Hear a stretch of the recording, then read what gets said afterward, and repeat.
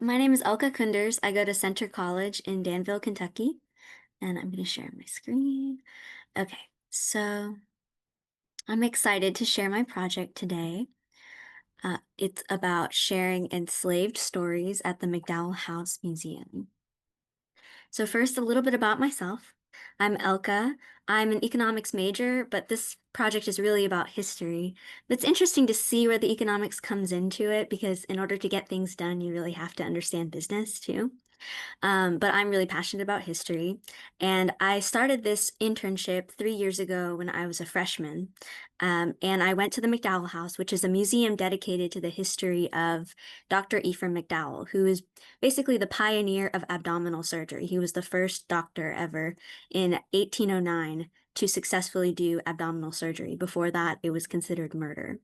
And this house glorifies his legacy, but I noticed when I was a freshman that they didn't mention the fact that he enslaved about 30 people, and that they didn't mention the fact that he did surgeries on 4 enslaved women after the famous one that he did on a white woman. And so that led me to initiate this research. And the goal is to uncover, honor, and share the untold stories about the important enslaved people on the site, to update the tour, and to create a lasting memorial to them. And this would serve, we receive about 2,000 visitors a year, which is a lot for such a tiny museum in a tiny town. And also to serve the students of Center College who live right next to the house, as well as, of course, most importantly, the enslaved subjects of the research, to honor them. Okay, so here's what the process looked like. First, I completed in-depth research using wills, census records, and the McDowell Family Bible, as well as medical archives. This was very challenging because there's so little historical resources about enslaved people because no one thought it was important to remember them. So that we don't even have the names of the enslaved women that Dr. McDowell operated on. So we definitely had them to make the most of what we could discover and then what story we could tell with that little information. So here you can see this was an enslaved woman that was in the background of this famous painting of the surgery. And we believe that that was probably one of the descendants of the original enslaved woman. And her name was Old Lucy. And we created this family tree of all of the enslaved people. And we're trying to find their descendants as well. Second, I worked with the team to update the docent guides and training materials based on this research that we did, so that every visitor to the McDowell House can now hear these stories during the tour, and we're making space for them in that narrative that's been told for almost 200 years.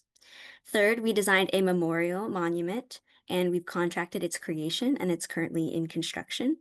Of course, this wasn't without challenges. So in addition to the lack of historical resources, we also had trouble contracting the monument, especially in such a small town. It's hard to get everything going on in a timely manner. And also, it's difficult to spread the word and build interest. And so we had to do some very careful outreach and be very careful with our language and with our intentions. And most importantly, I wanted to work with the local African American Historical Society. Since there are no African American people who work at the house, and I'm not African American, it was really important to get their input into how we should tell that story. We did learn a lot, especially about the power of community support. So we got a lot of support from the African American Historical Society, a lot of interest from students at Center College, and has helped build relationships across Danville and beyond. Lexington, Kentucky is a bigger city, and that's where the home of Henry Clay is, and he was the famous lawyer that was the architect of the Great Compromise, and he enslaved a lot of people. And his house has done a great job of telling the story of those enslaved people. So we've worked with them and gotten ideas from them about how to do our own project. So this grant truly made the outcomes possible of this project. We now have an updated, inclusive tour that tells a fuller and more honest story of the house. The memorial garden and monument, though still under construction, is underway and will soon be a permanent part of the site. We've already seen increased and more diverse museum traffic, and the project has sparked meaningful community conversations. The project also generated concrete outputs. So we have this upcoming memorial unveiling event, We had a feature article in the campus newspaper, and we had an award and publication from the Center College Library. And so this research about the enslaved people at the McDowell House will forever be a part of the library archives, and which there was no previous literature on them ever before. And perhaps most exciting, this work inspired over $70,000 in future donations from McDowell House, the descendants of Dr. McDowell. And this will help us continue inclusive interpretation at the McDowell House.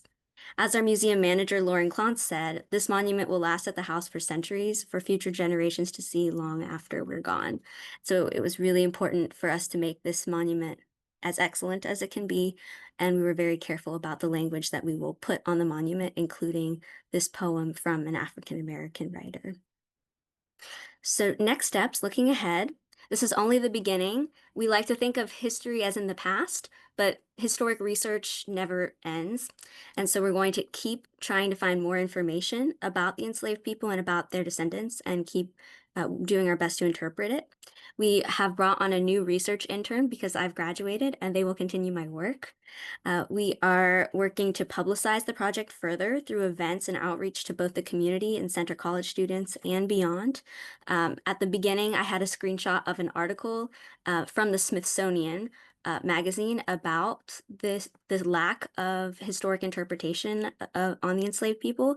So such a national article, we should work on getting national recognition for the research that we've been able to do over the past 3 years.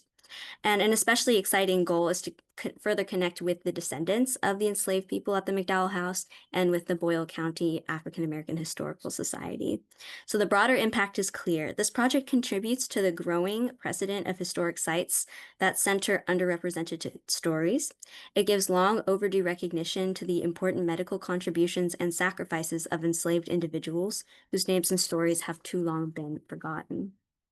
And finally, when the monument is completed, it will stand beside the memorials to Dr. McDowell and Jane Todd Crawford, who was the first white patient of Dr. McDowell.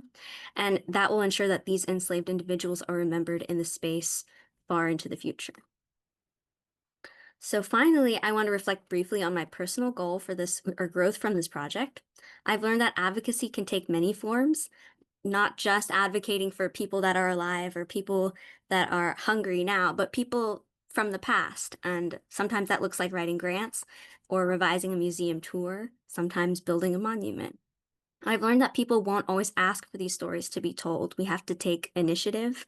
When I personally give historic tours at the house, and it's very rare that people ask about the enslaved people, but when I take the initiative and just bring it into the conversation, people become very interested and want to know more.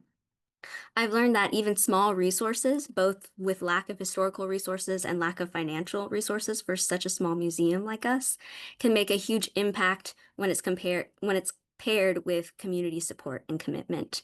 And I'm proud of what we've built together. I'm grateful for the support of my mentors, Lauren Clontz, the manager of the McDowell House, and I also have worked with history professors at Center College, such as Dr. Sarah Eggy, and for the grant that has really made all of this tangible growth possible. As I move forward, I plan to go to law school and practice advocacy in a very different way, but also with similar values and similar initiative. I'm going to use what I've learned in my law work, and this project has reinforced the power of research, writing, and taking initiative to uncover and elevate voices that have been silenced. Thank you, and let me know if you have any questions.